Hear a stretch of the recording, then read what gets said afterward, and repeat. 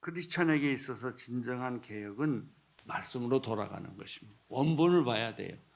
거울을 봐야 돼요. 지금 한국 교회나 세계 교회가 다 망해가고 있어요. 미국은 다시 퓨리탄 정신으로 안 돌아가면 망하게 돼 있어요. 그들은 마약, 매춘, 그리고 게이, 레스비안, 하나님이 싫어하는 것만 온통 하고 그거 못하게 하면 고발하고 그래요. 정치화됐어요. 무서운 나라가 이제 돼갑니다. 과거에 하나님이 축복했다 하더라도 앞으로 미국은 더 큰 어려움을 겪어요. 왜? 신앙을 포기했으니까. 하나님을 포기했으니까. 우리 한국도 마찬가지예요. 6.25를 거치고 일제시대를 거치고 6.25를 거치고 보릿고개를 넘어가고 정말 우리가 60년대 70년대는 얼마나 마음이 가난했습니까? 그러니까 그때는 빌리그램이 오면 100만 명이 모였어요. 요즘 어림도 없어요. 왜? 다 부유해졌거든요. 살만하거든요. 이제 하나님 붙잡지 않아도 우리 능력으로 살 수 있다고 생각했기 때문에 사람들이 오만해지기 시작하고 하나님 말씀을 별로 중요하게 생각 안 하는 그런 시대가 왔어요. 그러니까 그 대가를 받는 거예요. 우리 지금 한국교회가 촛불, 바람 앞에 촛불이에요. 낭떠러지에 있는 거예요. 이거 왜 그런가? 말씀을 버렸기 때문에. 느헤미야의 개혁정신이라고 하는 것은 말씀으로 돌아가자는 거예요. 그러면 말씀으로 돌아가면 좋을까요? 아니에요. 불편해요. 굉장히 불편해요. 그대로 살려고 하면. 일본의 안다 다다오나 한국의 그 유명한 건축가가 있는데 보기는 참 좋은데 들어가서 살려면 힘들어요. 그래서 왜 이렇게 불편하게 집을 짓냐고 내가 물어봤더니 집은 불편해야 된다 그래요. 그게 철학이에요, 그 사람이. 그래야 사람답게 산다는 거예요. 한참 들어보니까 그럴 것 같기도 하고 안 그럴 것 같기도 하고 그러더라고요. 많은 사람들이 느헤미야의 개혁 정신에 동의하고 사인을 했어요. 자, 그러면 33인 같이 느헤미야의 신앙 개혁에 서약한 사람들이 누구냐? 그것이 오늘 여러분이 읽은 말씀이에요. 근데 그 말씀을 조금 더 주의 깊게 보면은 몇 그룹이 있다는 걸 알 수 있어요. 첫째는 오늘 읽어주신 말씀은 제사장 그룹들이에요. 1장, 10장, 10장 8절 한번 보시겠습니까? 시작. 마시아, 빌게, 스마야로 이들은 모두 제사장이었습니다. 제사장이 23명 나와요. 10장 9절을 보겠습니다. 시작. 또 레위 사람들로 아사냐와 아들 예수와 헤나닷의 자손 빈니 가이에 거기 이 9장 10장 9절에 보면 또 레위 사람이라고 그랬어요. 그러니까 제사장 그룹이 있고 레위 사람 그룹이 있다는 것을 알게 되는데 여기가 17명 나와요. 14절을 또 볼까요? 시작. 백성들의 지도자 바로스, 마흠, 엘람, 사뚜, 이런 사람들 여기 이름이 쭉 나오는데 그 사람들의 명단이 44명이 나와요. 자, 그러니까 제사장 그룹, 레위 사람 그룹, 또 백성의 지도자 그룹. 그 다음에 28절부터 읽어보겠어요. 시작. 그 밖에 나머지 백성들, 곧 제사장들, 레위 사람들, 성전 문지기들, 노래하는 사람들, 느디님. 여기 느디님 사람이라는 뜻은 성전에서 물을 기르고 땔감 나무를 가져오고 이런 일을 하는 사람도 있어야 될 거 아닙니까? 그 사람들을 느디님이라고 해요. 그러니까 그 사람들까지 성전 뭐 쓰레기를 버린다든지 청소를 한다든지 하는 사람까지도 다 들어갔어요. 또 하나님의 율법에 위해 다른 민족들과 스스로 구별할 모든 사람들과 그 아내들과 그 아들들과 아들, 딸들과 지각과 통찰력이 있는 사람 모두가 그 형제 귀족들과 마음을 같이해 하나님의 종 모세를 통해 주신 하나님의 율법을 따르고 우리 주 여호와의 모든 계명과 규례와 율법을 잘 지키기로 맹세했으며 이것을 어기면 저주를 달게 받겠다고 생각하는 사람들이 서명했단 말이에요. 맹세했단 말이죠. 자, 이렇게 서명하고 자기 이름을 넣고 사인한 이유가 뭐예요? 그것은 간단해요. 말씀대로 사는 게 그렇게 쉬운 게 아니다. 왜? 나를 제한하기 때문에.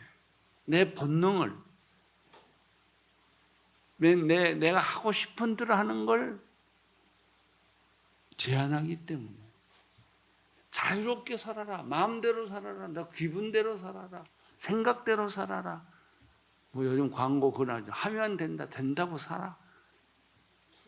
그러면 사람은 아주 짐승돼 버려요. 짐승이 돼. 마음대로 살면, 본능대로 살면, 하고 싶은 대로 살면 인간은 짐승이 돼 버려요. 그러니까 하나님의 말씀은 이런 거는 하지 말고 이런 거는 하고 이렇게 하나님의 원칙을 만들어 주신 게 모세 율법이에요. 규명 거기에는 율법도 있고 규례도 있고 뭐 여러 원칙들을 다 적어 놓은 것이죠. 여기서 여러분이 발견한 게 뭐예요? 아까 말했던 제사장 그룹, 레위 그룹, 백성들의 지도자의 그룹, 그리고 성전에서 봉사하는 그룹, 다시 말하면 지도자들이에요. 우리 국가도 그러잖아요. 대통령이 있고 장관이 있고 도지사가 있고 다 있는데 이 사람들이 일을 안 해주면 국가가 누가 운영을 해요? 모든 사람들이 정부 관리들이 애국자가 되어서 나라 살림 아끼고 정말 나라를 위해서 봉사할 때 한국이 제대로 생기는 거지 윗사람이 아무리 떠들어도 안 돼요. 똑같아요. 백성의 지도자들, 하나님 말씀을 맡은 레위인들, 제사를 맡은 레위인들, 제사장들, 이게 다 그 사람들이 또 교회 성전에서 일하는 사람들, 이 사람들의 이름이었다는 거죠. 여기서 우리는 리더의 중요성을 발견하게 돼요. 좋은 리더를 만나면 그 나라가 행복해요.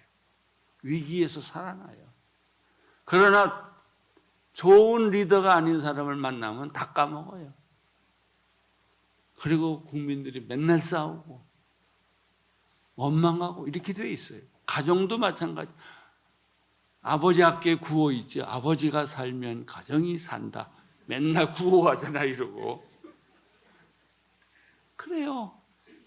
영적 권위자로 집에서 아버지를 주셨는데 그 아버지가 자기 자리를 지키지 않으면 부인은 도망가고 애들은 제멋대로 살고 가정은 파괴되고 그렇게 된 거예요. 아버지는 그 가정의 권위를 상징하는 거예요. 요즘 권위를 다 잃었잖아요. 교수들도 권위를 없으니까 학생들이 제멋대로 가는 거고. 여러분, 이 지도자가 얼마나 중요한지 아세요? 또 지도자의 위치에 있는 사람들, 이 사람은 더 마음대로 사는 게 아니라 더 절제하고 살게 돼 있는 거예요. 지도자들 중에서 제일 중요한 지도자들은 종교 지도자들. 세상의 지도자들이 타락하기 전에 종교 지도자들이 타락을 했어요.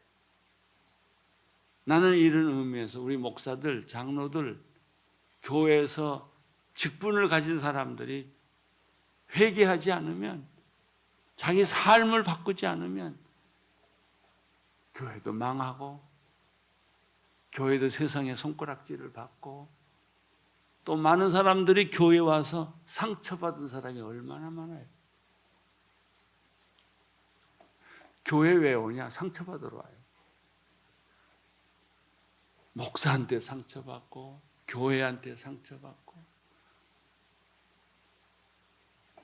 이것이 다 우리 지도자들이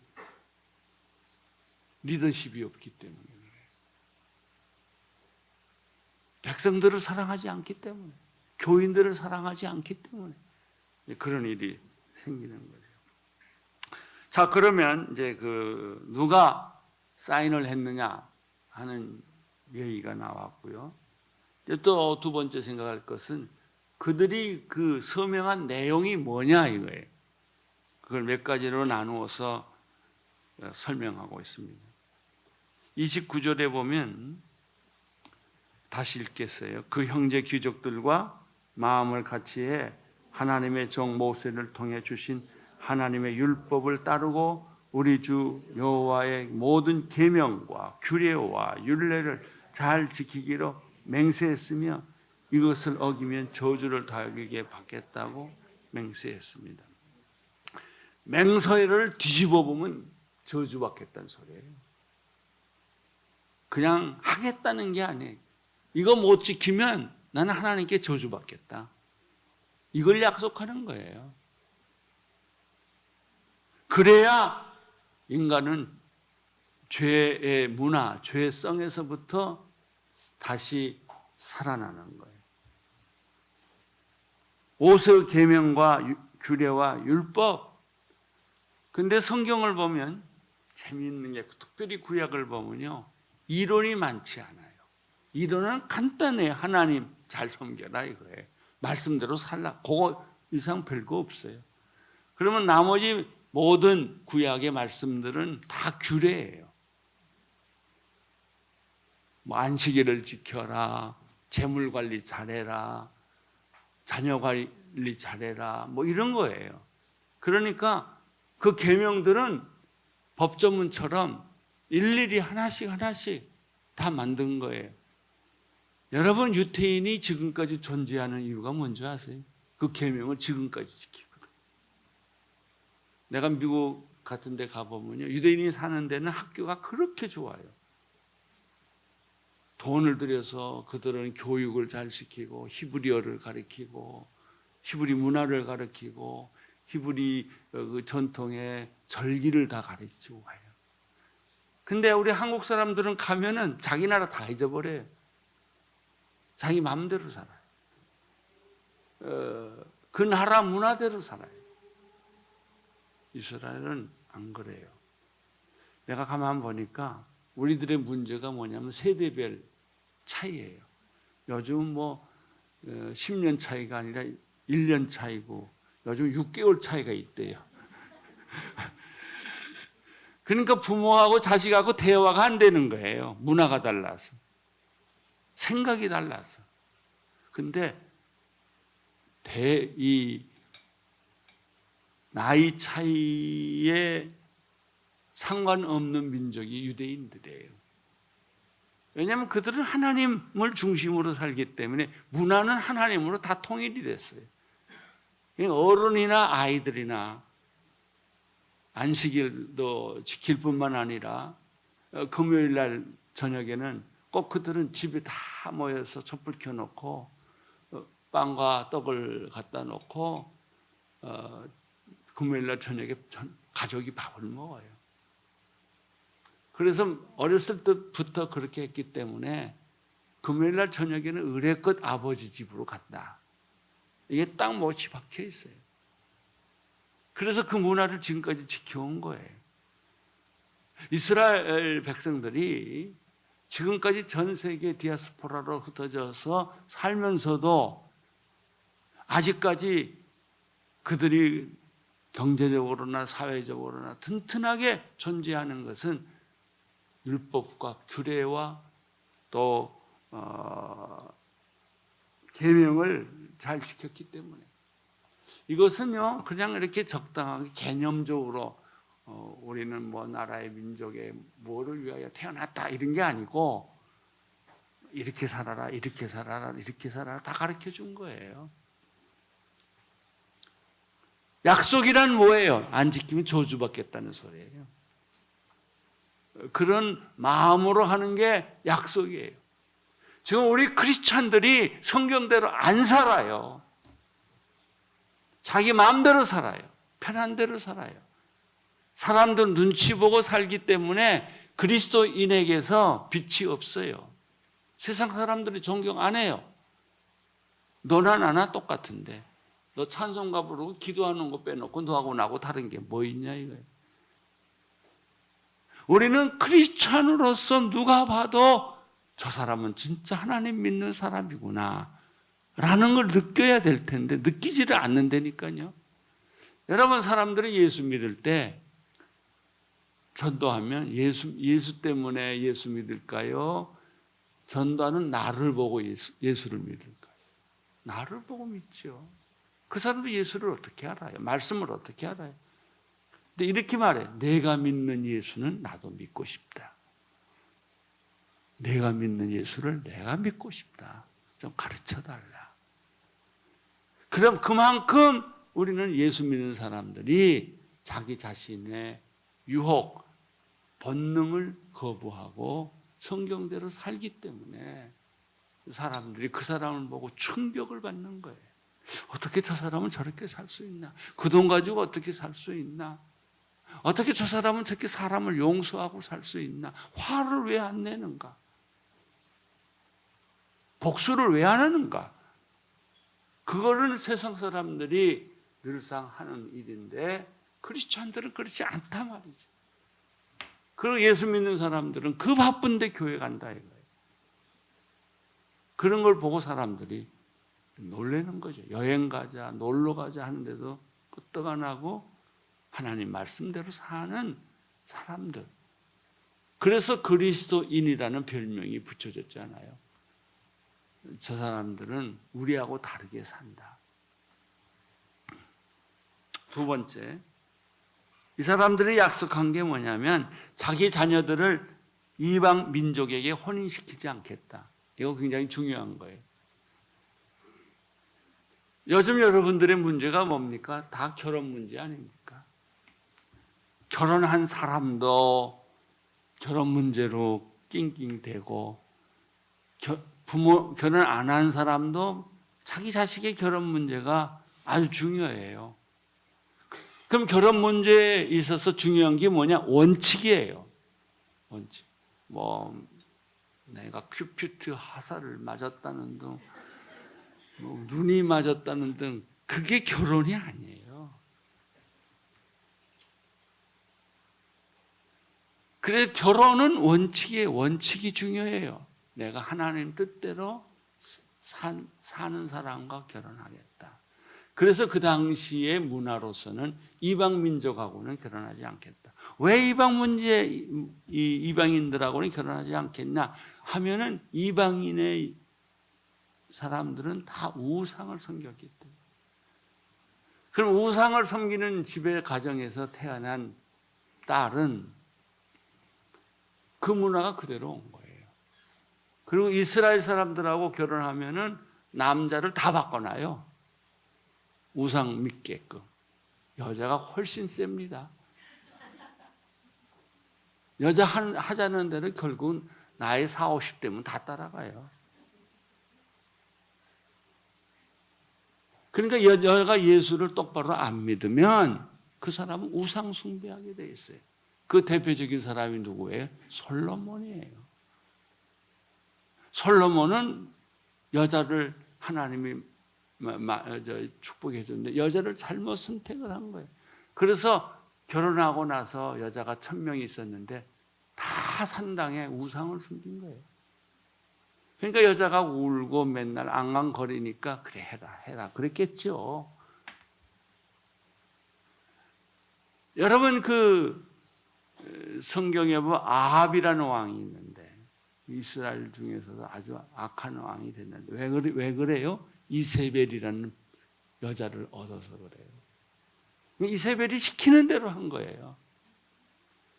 그러니까 여기서 정신은 뭐냐면 이방인 뭐 예를 들면 국제 결혼하지 말라 이런 뜻이 아니에요. 그런 뜻이 아니라 다 국제 결혼도 좋고 뭐 자기 가족끼리 결혼해 자기 나라 사람들하고 결혼해도 다 괜찮은데 중요한 것은 신앙이에요. 그러니까 예수 안 믿는 사람하고 결혼해서 그 사람 예수 믿게 하면 더 좋은 거죠. 그러니까 예수 안 믿는 사람하고 결혼하지 말라는 것도 아니고 또 다른 집안하고 결혼하지 말라는 것도 아니고 문제는 결혼하고 나서 내가 우상 숭배하느냐 하나님 믿느냐 여기 초점이에요. 세상적으로 잘 나가는 사람 너무 좋아하지 마세요. 다 그 대가를 치루어요.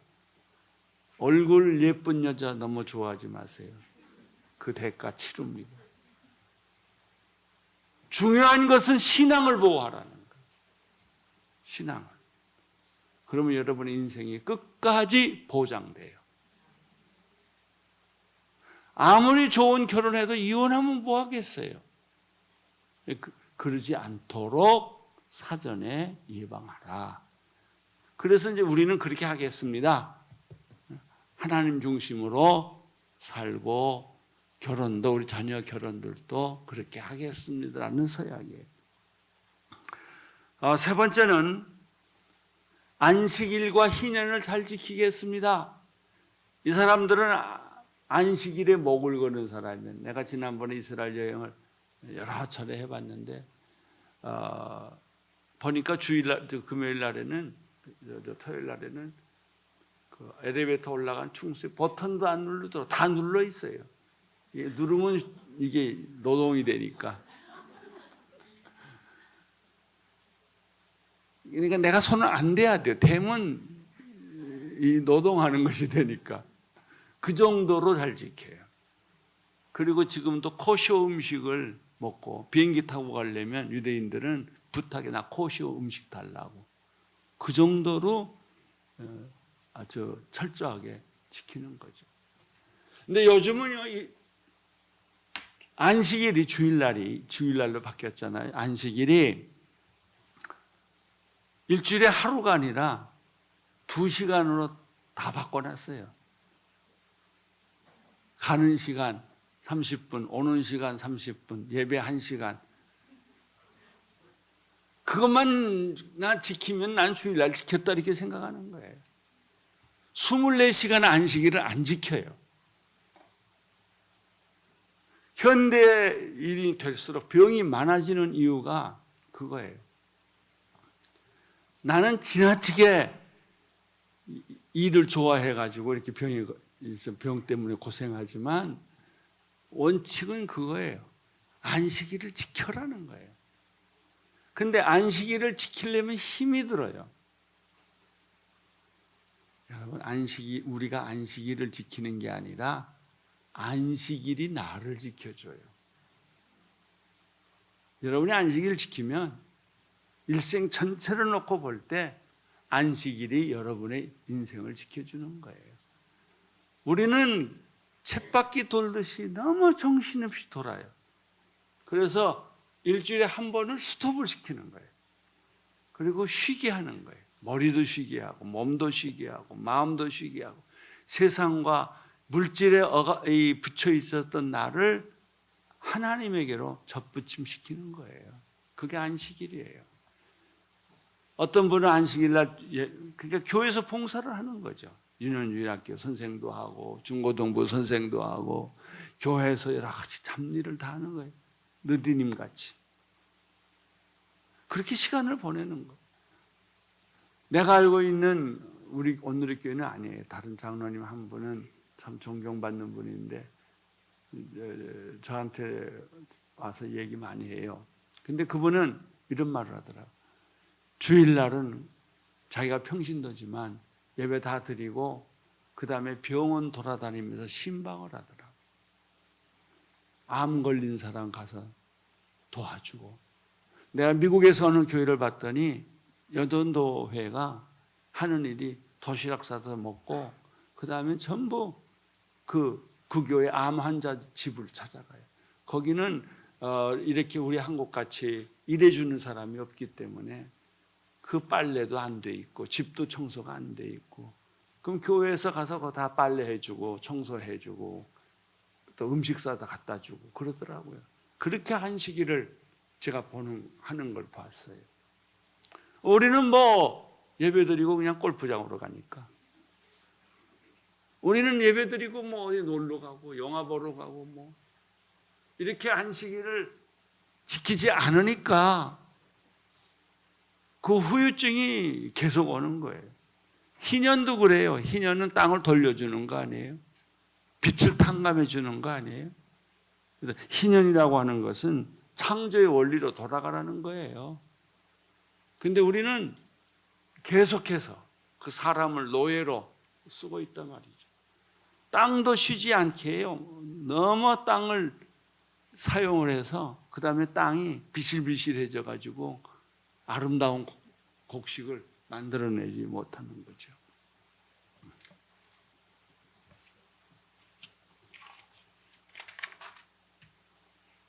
그들은 성전에 드려야 할 제물고를 잘 드리겠다고 약속했어요. 성전을 운영하려면 돈이 들지 않아요. 그것을 다 돈을 드려야 되는데 의무적으로 해마다 3분의 1 세계를 바치는 것도 있고 뭐 많아요. 그 성경에 보면 자세히 다 나와 있어요. 진설병, 전국적으로 드리는 곡식 제사들 뭐 등등. 이런 거 잘 안 줬어요. 다 그냥 내가 잊어버리면 하나님 다 잊어버릴 거다 이렇게 생각해가지고 헌금도 안 하고 절기세도 내지 않고 제사세도 내지 않고, 그러니까 하나님의 교회가 관리가 안 되는 거예요. 집이. 천열매를 드리겠다는 약속도 있었어요. 아들을 낳으면 첫 자식은 하나님께 드리고 짐승도 다 첫 새끼들 드리고 이런 곡식도 그랬던 것이죠. 저는 시골에 있을 때 이런 기억이 하나 있어요. 거기 예수 잘 믿는 할머니 한 분이 있었는데 그 할머님이 나를 만나러 왔어요. 어떻게 오셨냐고 그랬더니 여기 이 할머니들은 이게 봄빼기가 몸빼 같은 게 있잖아요. 거기서 이 속에서 뭘 넣더니 봉지에 싼 걸 하나 꺼내더라고요. 그게 보니까 잘 익은 감이에요. 그 감을 나한테 주시는 거예요. 근데 감은 참 잘 익었는데 좀 걱정스러워. 이게 더러운지 괜찮은지. 그래도 그 사람은 그 성경의 말씀을 잘 지키려고 애썼던 분이세요. 여러분, 구약이라고 무시하지 마세요. 율법이라고 나쁜 거 아니에요. 다 오늘 신약 시대에도 그 정신은 계속되어야 되고 그게 예수님에게로 완성됐을 뿐이지 구약의 종교 생활은 지금도 유효해요. 오늘 기독교인들이 세상에 존경을 못 받는 것은 그런 삶이 없기 때문에, 퓨리탄 같은 삶이 없기 때문에. 그리고 11조를 드리겠다고 그들은 약속을 했어요. 11조는 우리의 경제 문제, 우리의 삶의 대부분은 돈 아닙니까? 여러분 항상 돈이 넉넉하신 분 계세요? 나는 보니까 사장은 돈 빌리러 다니는 사람이 사장이더라고. 항상 쪼들려. 돈이 많은데 쪼들리는 사람이 있고 돈이 없는데 풍성하게 사는 사람이 있어요. 여러분 어느 쪽에 속하세요? 여러분 11조를 내고 교회 생활 잘하는 사람은요, 가난하나 부유하나 돈이 있으나 없으나 언제나 넉넉하게 살아요. 남한테 베풀고 살고, 그걸 사람들이 지키기가 어려운 거예요. 그건 신약 때만 어려운 게 아니라 구약 때도 그렇게 어려웠어요. 돈 문제니까. 돈 문제는 항상 어려워요. 이 돈 내면 내가 굶을까 봐. 미국 사람들을 보니까요, 다 월세가 아니고 뭐죠? 페이먼트에서 살잖아요. 뭐 이렇게 냉장고 하나 사도 그렇고, 자동차 사도 그렇고, 돈 조금 내고, 그다음 할부제도 뭐 이런 걸 내잖아요.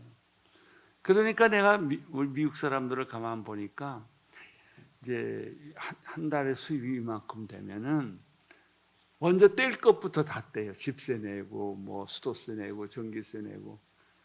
그리고 다 떼고 마지막에 남으면 11조예요. 그래서 재밌는 유머가 있어요. 100불짜리는 큰 백화점에서 돌아다니고, 20불짜리는 식당에 가면 돌아다니고, 1전짜리는 교회 가면 많다고. 난 특별히 일본 사람들이 헌금하는 거 보면 가끔 놀래요. 왜 저러실까? 꼭 신사에서 돈 하나 이렇게 던지는 거 똑같아요. 어떻게 그렇게 하고 축복받겠어요? 축복 못 받지요. 근데 이상하게 11조를 하면 자꾸 넉넉해져요. 마음이 부유해지고. 저희 교회를 조사해 봤더니 70~80%가 11조예요. 우리 온누리교회. 한 번도 우리는 헌금을 강조해 본 적이 없어요. 그래서 교회 재정이 항상 잘 운영해 가요. 창립 때부터 지금까지 적자난 적이 한 번도 없어요. 이 경제 생활의 문제를 놓고 그들은 하나님 앞에 소원을 한 거예요. 마지막에 39절을 보겠습니다. 시작. 이스라엘 백성들과 레위 사람들은 자기가 드린 곡물과 새 포도주와 기름을 거룩한 물건이 보관되어 있는 방, 곧 성전을 섬기는 제사장들과 성정 문지기들과 노래하는 사람들이 있는 방으로 가져가도록 했습니다. 자, 중요한 것은 거기는 언더라인해야 돼. 이렇게 해 우리가 하나님의 집을 소유하지 않을 것을 뭐 했어요? 다짐했다. 이게 서약이에요. 이게 헌신이에요. 그러니까 교회는 그냥 잘 돌아가게 되어 있는 거예요. 하나님의 집은.